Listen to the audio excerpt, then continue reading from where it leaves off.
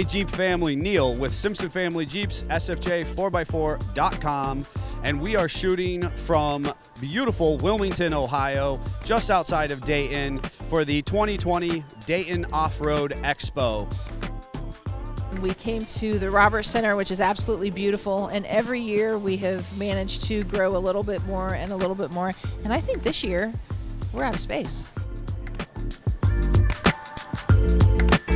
This event is affordable, it's family friendly, and there's something here for every off-road enthusiast.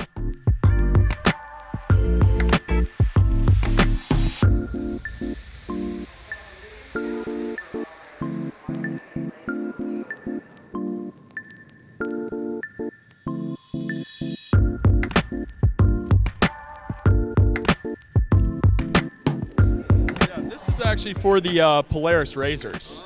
Yep, so we do a lot of stuff for the power sports and side-by-side industry as well. So it's a direct headlight replacement, very similar to the JK lights that we offer stuff, but yeah, that's side-by-side specific. At shows we do free shipping. We also do a 20% off special, so it's definitely incentivizing, you know, you're gonna save monies if you come visit us at a show.